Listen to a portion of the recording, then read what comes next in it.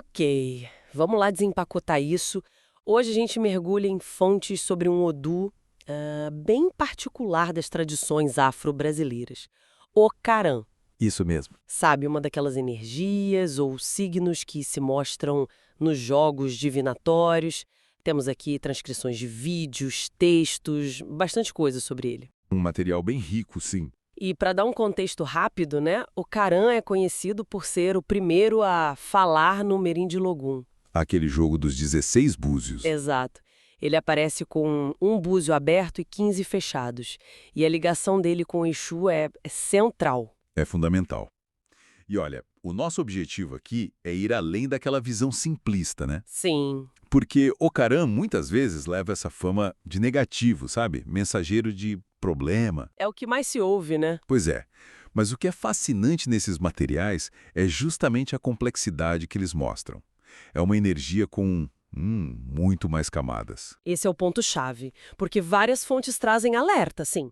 Alertas sérios até. Falam de perigo. Isso. Perigo, conflito, intriga, perda, sabe? Caminhos fechados, até coisas mais graves, como prisão ou ruína. E o humanista é assustador um pouco. Total. Só que aí é que a coisa fica interessante. Essa visão meio sombria, ela é desafiada o tempo todo nos próprios textos que a gente viu. Exatamente. Essa é só metade da história que os materiais contam, né? Meia verdade, talvez. Talvez. Porque as mesmas fontes descrevem o Caran como um caminho para sucesso súbito, riqueza inesperada, uma eloquência, assim, notável. E resolução de problemas também, né? Sim, e Exu atuando ali como um poderoso abridor de caminhos sobre essa influência. Mencionam até que a interpretação muda, por exemplo. Depende de como cai no jogo. Isso. Se o Caran surge na quarta caída, na quarta jogada dos búzios, o presságio já tende a ser positivo. Bem diferente. Que interessante essa dinâmica. E, expandindo essa complexidade, uma das fontes foca em Okaran Meji, a forma dupla. Ah, sim. O Meji, o significado aponta para uma só palavra ou a primeira palavra é boa. E tem uma narrativa forte ali, Qual delas? dizendo que foi esse Odu quem instituiu a fala humana, deu origem a todas as línguas. Olha só. Isso levanta uma questão bem intrigante, né? Qual? Se o Karameji é essa energia fundadora, está na origem de todas as línguas, a implicação que essa fonte levanta é que as divindades, os orixás, que, bem, coexistiram com essas forças, também entenderiam qualquer idioma. Faz sentido. Isso meio que colocaria em questão aquela ideia que às vezes aparece da necessidade de rezar só em Yorubá ou línguas específicas, né? Nossa, realmente dá o que pensar. E sobre a personalidade ligada ao Curran? Que confusão. É um mosaico, como você disse. É. As fontes pintam retratos muito contraditórios.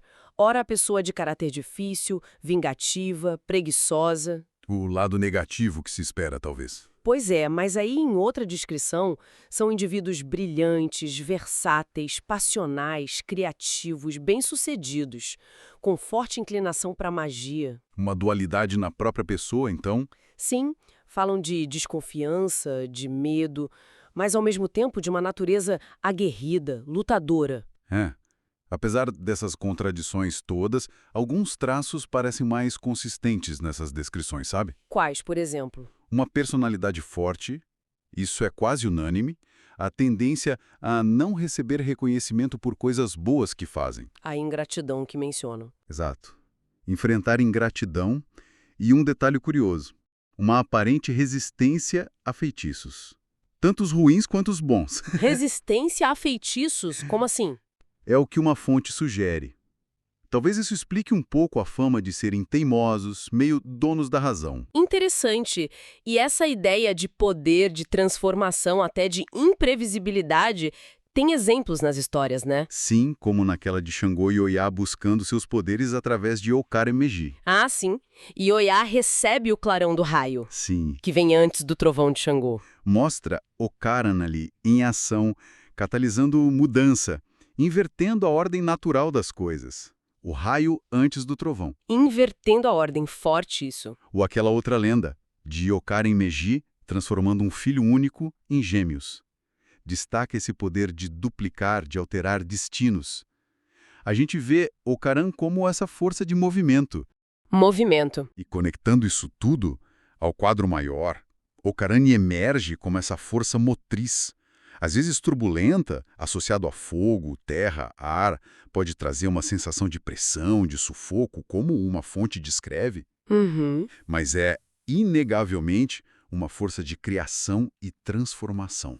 E isso só reforça a importância, como os materiais apontam, de dar atenção aos odus no culto. A influência deles na vida é tão real quanto a dos orixás.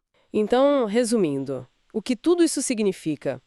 Que reduzir Ocaran só a um mau presságio é perder muito da história. Com certeza. Ele é a própria complexidade. É a dualidade pura em ação. Representa o poder e, sim, o risco da palavra, a rebeldia. A insubordinação. Isso, mas também um potencial imenso para sucesso, para solução, para abertura de caminhos. Precisamente, nenhuma energia é só boa ou só má. Entender essa natureza multifacetada, como a gente tentou explorar aqui a partir desses textos, é o que permite navegar melhor as influências, né? Reconhecer os desafios, mas também as oportunidades. Perfeito. E para a gente fechar, fica uma reflexão. Já que o Ocaran está tão ligado à palavra, à comunicação, e também essa coisa da insubordinação, de quebrar padrões, Uhum. onde você quer chegar? Será que a forma como a gente usa a nossa própria comunicação, nossa palavra, não pode ser a nossa ferramenta mais potente para desafiar rótulos, para transformar aquilo que, de cara, parece só negativo? Uma ótima pergunta para se pensar. Fica aí a provocação.